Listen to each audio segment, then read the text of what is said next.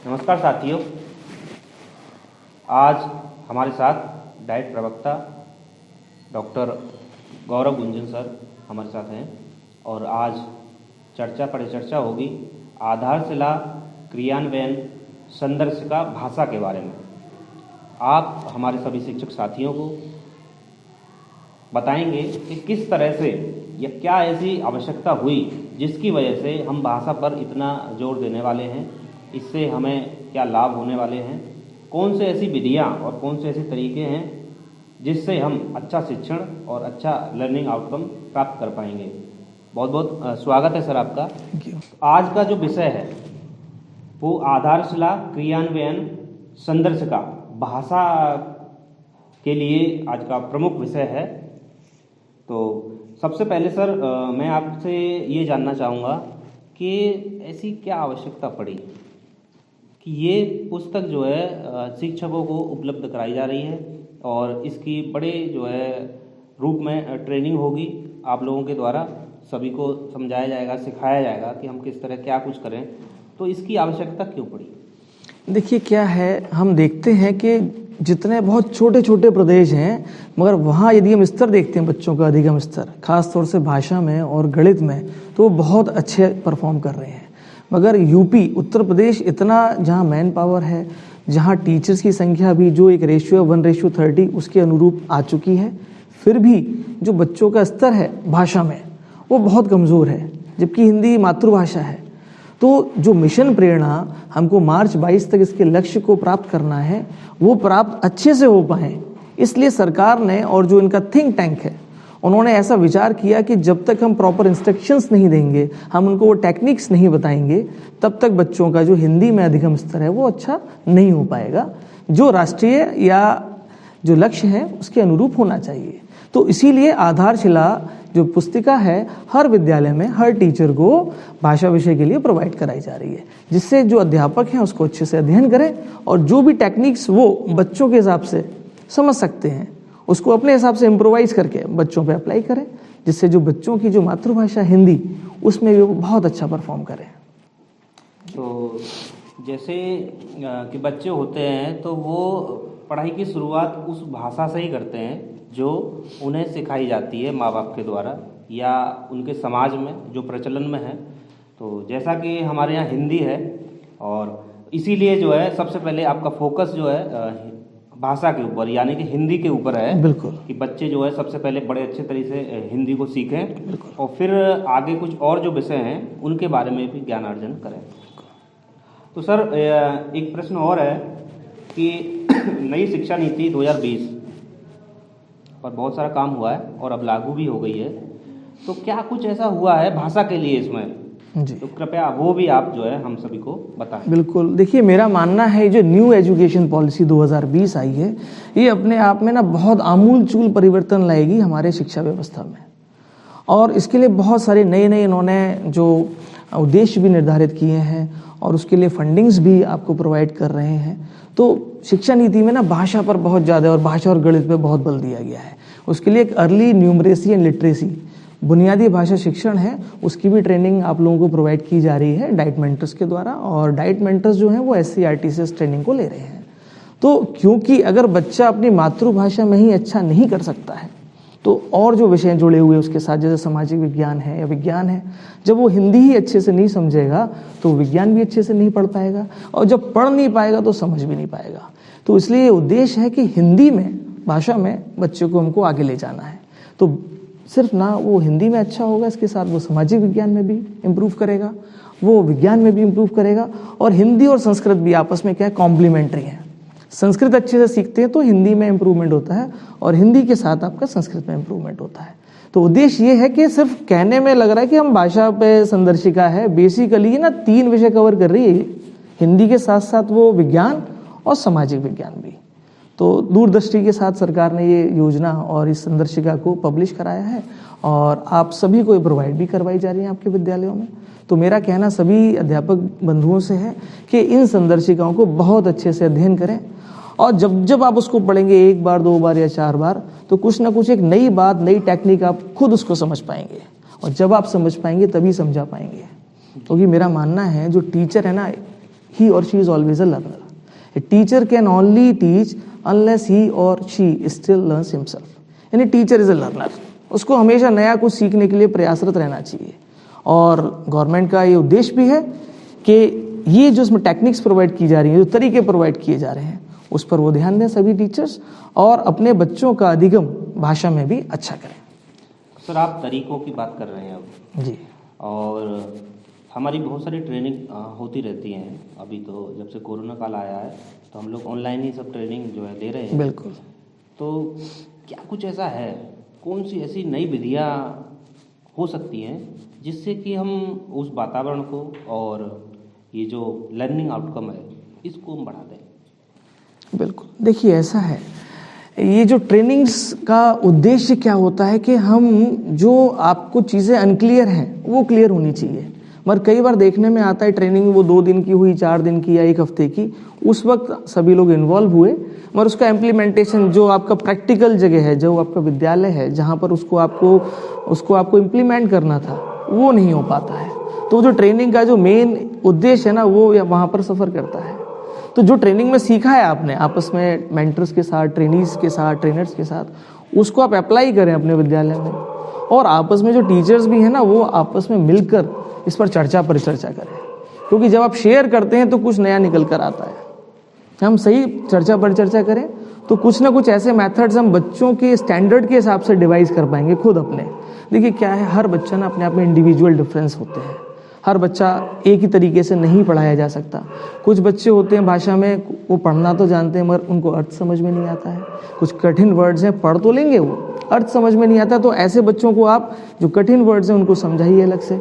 कुछ की reading speed बहुत कम होती है तो उसमें आप उनको उंगली लगा के पढ़ाना सिखा सकते हैं, या आप ग्रुप बना सकते हैं। एक साझा पठन होता है, एक टेक्निक है साझा पठन। जैसे एक बच्चा वीक है और एक उसका साथी है वो थोड़ा सा अच्छे से जानता है पढ़ना, तो दोनों को एक साथ बिठाया, तो जो वीक है वो पढ़ेगा और जो ज़्यादा जानता है वो उसको समझाएगा जहाँ वो पढ़ नहीं पा रहा है। साझा पठन कर सकते हैं हम छोटे छोटे 5 या 6 के ग्रुप बना सकते हैं।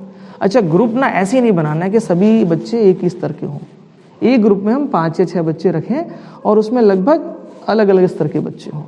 कोई थोड़े से कम जानता हो, कोई कुछ ज़्यादा जानता हो। तो उससे क्या होगा, जो बच्चे कम जानते हैं वो दूसरों से इंस्पायर्ड होंगे, मोटिवेट होंगे, वो भी सीखेंगे। और जो ग्रुप में एक बात ज़रूर बतानी होगी टीचर को कि बेटा आप ज़्यादा जानते हो तो किसी को गलत दृष्टि से नहीं बताना है कि तुम्हें तो ये भी नहीं आता है। इस बात का बहुत ध्यान रखना है। हम हमेशा, हाँ, मनोबल बच्चे का बिल्कुल सही कह रहे हैं आप, मनोबल कभी हमको डाउन नहीं करना है। एज ए टीचर तो ये आपकी जिम्मेदारी है, क्योंकि बच्चे जो बेसिक में आते हैं हमारे पास उनका मनोबल ऑलरेडी बहुत डाउन होता है। घर से कोई सपोर्ट नहीं होता है, घर में फैमिली बैकग्राउंड बहुत ज़्यादा एजुकेशनल बैकग्राउंड वाले नहीं होते हैं, है ना, ग्रामीण परिवेश से होते हैं जहाँ मतलब शिक्षा पे इतना बल नहीं दिया जाता है। जो शहरी क्षेत्र के बच्चे इसीलिए आगे होते हैं। मेरा मानना है आईक्यू जो है, चाहे वो रूरल के बच्चे हों, चाहे वो आपके ग्रामीण क्षेत्र के बच्चे हों या शहरी क्षेत्र के हों, दोनों का आईक्यू में बहुत अंतर नहीं होता है। अंतर सिर्फ होता है अवेयरनेस का, अंतर सिर्फ सुविधाओं का है। अगर उसी ग्रामीण क्षेत्र के बच्चे को आप किसी शहर के विद्यालय में भेजिए, और आप देखते भी होंगे कि जो आपके यहाँ से कक्षा 5 पास करके गए हैं वो कक्षा 6 में बहुत अच्छा परफॉर्म कर रहे हैं, वहाँ यहाँ पर नहीं कर पाते थे, क्योंकि वो माहौल का अंतर है। अब जब पेरेंट्स ने उसको अच्छे विद्यालय में भेजा तो वहाँ के माहौल के हिसाब से भी वो अपने को मोटिवेट करता है। इंगेजमेंट का भी सर कुछ हो सकता है कि बिल्कुल, हम कैसे इंगेज रखते हैं स्कूल में? बिल्कुल। तो एंगेजमेंट के लिए टीचर्स की बहुत बड़ी जिम्मेदारी है। वो इस तरह से कुछ कहानी लेखन करें, उसको कुछ ऐसे वो TLM बनाएं जिसमें बच्चे एंगेज हों। एक व्हील बनता है जिसमें अलग अलग शब्दों से आप बना सकते हैं, ठीक है।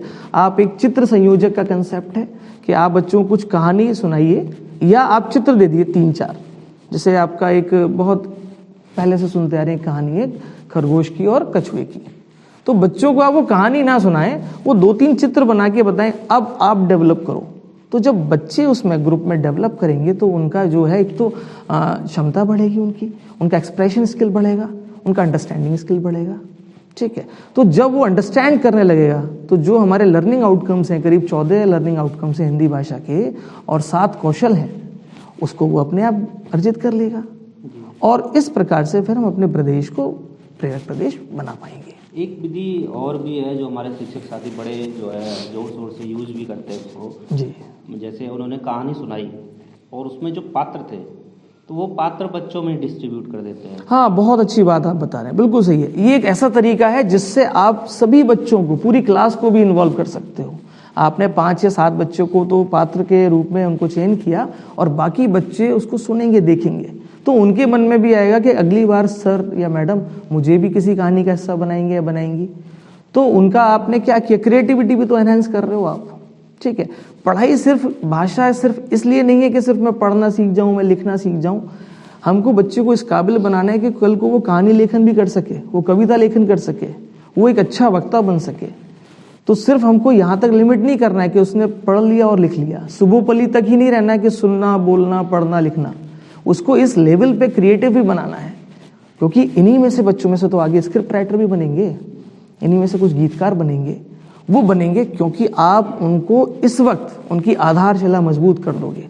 इसीलिए इस पुस्तक का भी नाम है आधारशिला संदर्शिका, जो कि भाषा विषय के लिए। तो आपको बेस मजबूत करना है जिससे कि हम अपने विद्यालय को, अपने गांव को और अपने जिले को और अपने प्रदेश को प्रेरक प्रदेश बना पाए और अपने देश को आगे ले सकें। जी। और अक्सर सर हमने देखा है, हम पढ़े हैं और बाकी सब भी ये जानते हैं कि केरल पढ़ाई में बहुत आगे है। हमारा जो नॉर्थ ईस्ट है उनकी इंग्लिश बहुत अच्छी है। तो साउथ और नॉर्थ दोनों इंग्लिश में बहुत अच्छे हैं और उनकी थर्ड लैंग्वेज भी है, जैसे वो तमिल भी है, असमीज है जी, कन्नड़, तेलुगु, उसमें भी वो महारथी हैं और अंग्रेजी भी वो हमसे बहुत बेहतर बोल लेते हैं। कहीं कैरियर की भी बात आती है तो वो इस क्षेत्र में हमसे आगे निकल जाते हैं, जबकि हमारी मातृभाषा हिंदी है और हम हिंदी में ही पीछे रह जाते हैं। तो ऐसा क्या कुछ है जिसकी वजह से हम हिंदी हमारी मातृभाषा होने के बावजूद भी उस पर हमारी कमांड जो है उतरी नहीं है? बिल्कुल, बहुत अच्छा सवाल आपने किया है कि केरल जो है नंबर 1 है लिटरेसी में और इन टर्म्स ऑफ परफॉर्मेंस भी वहाँ के बच्चे बहुत आगे हैं। उसका रीज़न जो मेरा अपना विचार है, हो सकता है अलग अलग लोगों का अलग विचार हो। मेरा मानना है यदि भाषा शिक्षण में हमको बच्चों को बहुत आगे ले जाना है तो जो नियुक्तियाँ होती हैं वो भाषा शिक्षक के रूप में ही की जाए और हर विद्यालय में कम से कम 2 भाषा शिक्षक हों, एक हिंदी के लिए और एक इंग्लिश के लिए। तभी बच्चे भाषा अच्छे से सीख पाएंगे, क्योंकि हिंदी का जो विद्वान है, जो हिंदी भाषा में जो पारंगत हैं, वही हिंदी को सही ढंग से पढ़ा सकते हैं, बता सकते हैं। अच्छा, अब समस्या क्या होती हैं, बच्चे जो हिंदी में वीक हैं उसका रीज़न भी यही है, क्योंकि वो उन टीचर से पढ़ते हैं जो हिंदी में उतनी महारत नहीं रखते हैं। कई बार अशुद्धियों का हम देखते हैं, जैसे वाह है और बा, इसका अंतर बच्चों को नहीं पता है। अब जैसे वर्षा है वाह, तो बच्चे बोलते हैं वर्षा, क्योंकि उन्होंने वही सुना है, घर में भी वर्षा सुना तो वही वो हमेशा आगे बोलते हैं और वही ये गलत जो नॉलेज है, गलत इन्फॉर्मेशन आगे तक शेयर होती रहती है। ऐसी शा, शा, सा और हा, इसमें बहुत अशुद्धियाँ होती हैं और बच्चों को यदि हम इन अशुद्धियों पे शुरू में ही नहीं टोकेंगे, और वो सिर्फ एक भाषा शिक्षक ही कर सकता है, तो वो जो कमियां रह जाती हैं उसी की वजह से जो अधिगम है हिंदी में उतना अच्छा नहीं मिलता है हमको इन बच्चों में। दूसरा, एक माहौल हमको क्रिएट करना होगा, ठीक है ना।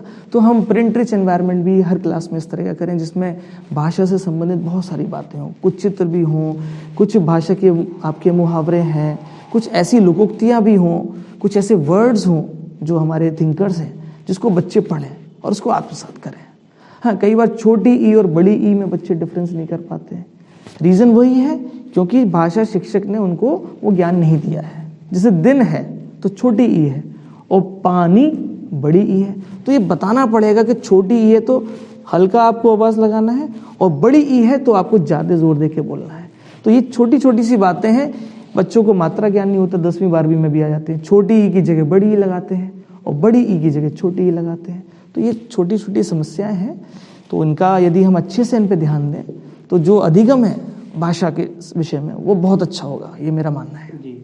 और सर हमने ना ये अक्सर देखा है कि प्राथमिक विद्यालयों में गांव के बच्चे हैं और उनके गांव में, उनके घरों में वो टूटी फूटी हिंदी बोली जाती है जो बड़ा जो है इस तरह की है कि हम लोग यूज़ भी नहीं कर सकते, और उसको बच्चा सीखता है, वही भाषा वो स्कूल में आके बोलता है। तो एक बार किसी ने कहा भी था कि आप जो बच्चों से बोलेंगे, जैसे हम अगर बच्चे से आप करके बात करेंगे तो वो भी हमसे आप करके बात करेगा, हम उससे तू करके बात करेंगे तो वो भी तू करके बात करेगा।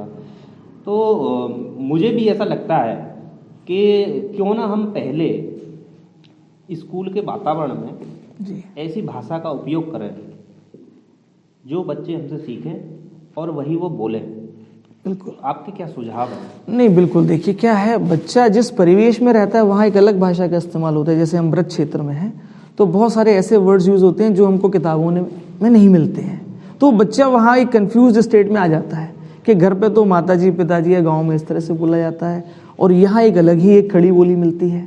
तो ये जो कन्फ्यूज़न है उस वजह से भी बच्चा डिस्टर्ब होता है और वो उतना अच्छा परफॉर्म नहीं कर पाता है। तो जो भाषा उसको पुस्तकों में मिल रही है, यदि हम थोड़ा अभिभावकों को भी मोटिवेट करें कि ठीक है आपकी जो अपनी लोकल प्रचलित भाषा है उसको इस्तेमाल करो, मगर थोड़ा कोशिश करो कि इस तरह की जो भाषा है, क्योंकि आगे तो वही उसको यूज़ करनी है। अभी वो पढ़ेगा, आगे जब जॉब में जाएगा एप्लीकेशन लिखेगा तो वो ब्रज भाषा में नहीं लिखेगा। ठीक है, उसका इम्पोर्टेंस है अपना, मगर उसको मोटिवेट करना है, समझाना है, वो एक माहौल देना है कि वो इस भाषा के लिए भी यूज टू हो और इसको अच्छे से कर पाए, सीख पाए। तो माहौल एक इम्पॉर्टेंट कंसेप्ट है मेरे हिसाब से। और इसी वजह से पब्लिक स्कूल के बच्चे शायद हमारे बच्चों से आगे निकल जाते हैं। बिल्कुल सही बात। हो सकता है भले ही वो लिखना नहीं जानते हैं लेकिन वो बोलना जानते हैं। नहीं, बिल्कुल सही वो है। एक्सप्रेस कर लेते हैं अपनी किसी भी बात को। तो मुझे लगता है कि हम लोगों को भी इस बात पर थोड़ा सा फोकस करना चाहिए कि बच्चे अपने आप को एक्सप्रेस कर पाएं, बोल पाएं, शुद्ध उच्चारण कर पाएं। नहीं, ये भी एक अंतर है। सही बात है। पब्लिक स्कूल में और जो हमारे बेसिक और सरकारी स्कूल है इसमें एक अंतर है। जो टीचर्स की अकाउंटेबिलिटी है उसमें भी अंतर है। वहाँ जैसे इंग्लिश मीडियम स्कूल है तो वहाँ सबको बताया गया, इंस्ट्रक्शंस हैं कि आपको सिर्फ इंग्लिश में बात करनी है, चाहे वो ऑफिस में आप चले जाइए, टीचर्स हैं या स्टूडेंट्स हैं, चाहे कैसे भी बोलेंगे, टेढ़ी मेढ़ी उल्टी सीधी, मगर वो इंग्लिश में बोलते हैं। अगर वही हम अपने बेसिक में भी इस माहौल को हम क्रिएट कर सकें और आगे डेवलप कर सकें तो उसमें कोई शक नहीं है कि बच्चा कोई भी भाषा हो, चाहे हिंदी या इंग्लिश, उसमें बहुत अच्छा परफॉर्म करेगा। और क्योंकि ये बेस है, language is the base of all the subjects, और हिंदी तो हमारी मातृभाषा है, तो इसके लिए हमको वाकई में बहुत सिंसियर एफर्ट्स करने पड़ेंगे, एक फोकस्ड एफर्ट करना पड़ेगा। जो भी हम बच्चे के हिसाब से, उसके स्तर के हिसाब से जो मेथड्स फॉलो कर सकते हैं उनको उन बच्चों पे लागू करना पड़ेगा और एक बहुत तन्मयता के साथ इस मिशन में जुड़ना होगा, तभी जो मिशन प्रेरणा है उसके उद्देश्य को हम पूरा कर पाएंगे। मिशन प्रेरणा को सुनकर कभी कभी ऐसा लगता है कि कुछ आने वाला है, कुछ हमारे ऊपर आ रहा है। तो जब तक सर हम इसको अपने से कनेक्ट नहीं करेंगे, जब तक हमें ये नहीं लगेगा कि हम भी इसके पार्ट हैं और हमें देश को, अपने प्रदेश को, अपने ज़िले को जो है आगे बढ़ाना है और उसमें हमारा क्या योगदान हो सकता है, तब तक मुझे लगता है कि ये टीचर्स के दिमाग में कुछ अलग ही स्थिति बनाता है। नहीं, बिल्कुल सही बात है। देखिए, प्रेरणा एक बहुत ही इंपॉर्टेंट कंसेप्ट है हमारी लाइफ का। आप जो यहाँ बैठे हैं ना, इस वक्त आप प्रेरित हैं इसलिए आप ये काम कर रहे हो। तो जब तक टीचर प्रेरित नहीं होगा ना, वो अपना काम अच्छे से कर ही नहीं सकता है। आप जब घर में होते हो तो फैमिली के लिए आप प्रेरित होते हो। कोई भी आपका बच्चा कोई समस्या बोलता है, पापा मुझे ये वस्तु चाहिए, मुझे बुक्स की समस्या है, मुझे ये चाहिए, आप उसको तुरंत करते हो। जब ये माइंडसेट के साथ आप विद्यालय में होगे तो हर बच्चे को आप भाषा में पारंगत करने के लिए प्रयास करोगे और प्रयास ही सफल होते हैं। जी, बहुत बहुत धन्यवाद सर आपका। आपने बड़े ही अमूल्य विचार हमारे सभी शिक्षक साथियों के सामने रखे और निश्चित ही हम इससे लाभान्वित होंगे और आगे भी आपका इसी तरह से मार्गदर्शन और सानिध्य हमें मिलता रहेगा। मैं ये जानना चाहूँगा कि ये जो हाथरस जनपद में ये वीडियोस का जो काम चल रहा है हमारे मिशन प्रेरणा को लेकर, उसके बारे में आप थोड़ा सा हमारे सभी साथियों को बताएं। जी जी, देखिए, मैं आप सबको धन्यवाद ज्ञापित करता हूँ और ये बहुत ही आप एक अद्भुत कार्य कर रहे हैं, जो मेरा मानना है कि पूरे प्रदेश में डाइट आपका जो हाथरस जिला है ये अग्रणी है इस बारे में, और इसके लिए मैं धन्यवाद ज्ञापित करूंगा आदरणीय डाइट प्राचार्य मैडम डॉक्टर ऋचा गुप्ता जी का, आदरणीय BSA sir mister Manoj Mishra ji का, और जितने भी अध्यापक बंधु जो इस मिशन से जुड़े हुए हैं और उन्होंने उसको अपने लाइफ का मिशन बना लिया है। यानी वो इतने प्रेरित हैं कि हमको अपने हाथरस को बहुत आगे ले जाना है। और पिछले हम 2-3 महीने से जो आपकी मंथली रिपोर्ट्स आती हैं तो हम देख रहे हैं कि जो हाथरस है टॉप 5 में बना हुआ है। तो मेरा कहना अब ये है कि टॉप 5 से अब उसको टॉप 2 में मेंटेन करना है, और आप सब लोगों का जो प्रयास है बहुत ही अच्छा कार्य कर रहे हैं और मैं समझ डाइट परिवार की तरफ से और जिला हाथरस की तरफ से आप सभी को धन्यवाद ज्ञापित करता हूं। और जो भी डाइट हाथरस परिवार की तरफ से आपको जो सहयोग चाहिए, मेंटर्स की तरफ से जो सहयोग चाहिए, वो हम हमेशा देने के लिए तैयार हैं। आपका स्वागत है। जब भी हमारी आवश्यकता हो आप हमें कॉल करिए और हम आपको हर तरीके से सपोर्ट करेंगे। Thanks you. बहुत बहुत धन्यवाद सर आपका। और आपने हमारे सभी शिक्षक साथियों का मनोबल बढ़ाया, और साथ ही आपका जो एक कोटेशन है कि कभी भी आपको ज़रूरत होगी तो डाइट हाथरस आपके साथ है, डाइट प्रवक्ता आपके साथ हैं। आदरणीय डाइट प्राचार्य डॉक्टर ऋचा गुप्ता मैम ने भी कई बार ये कहा है कि अगर हमारे किसी भी शिक्षक को कोई समस्या है, कहीं पर भी उनको सपोर्टिव सुपरविज़न की ज़रूरत है या किसी विषय में उनको कोई किसी मदद की ज़रूरत है, तो आप डाइट आइए और अपनी समस्या रखिए। आपकी समस्या का हर संभव निराकरण किया जाएगा। एक टीम भावना के साथ डाइट हाथरस के सभी प्रवक्ता, आदरणीय प्राचार्य जी और बेसिक शिक्षा विभाग पूरा, हमारे श्रीमान जिला विशेष शिक्षा अधिकारी के नेतृत्व में श्रीमान अशोक चौधरी जी, डीसी ट्रेनिंग, तो ऐसा लग रहा है सर कि एक पूरी टीम भावना के साथ मिशन प्रेरणा को लेकर हम सब आगे बढ़ रहे हैं और निश्चित ही हम इस लक्ष्य को प्राप्त करने में सफल होंगे। बिल्कुल ऐसा ही होगा। और मैं सभी स्टेक होल्डर्स को थैंक्स बोलता हूं कि आप अपने प्रयास में इसी तरह से प्रेरित रहें और हाथरस को नंबर 1 और नंबर 2 पोजीशन पर सेटल करें। Thanks to the stakeholders, thanks to team Hathras.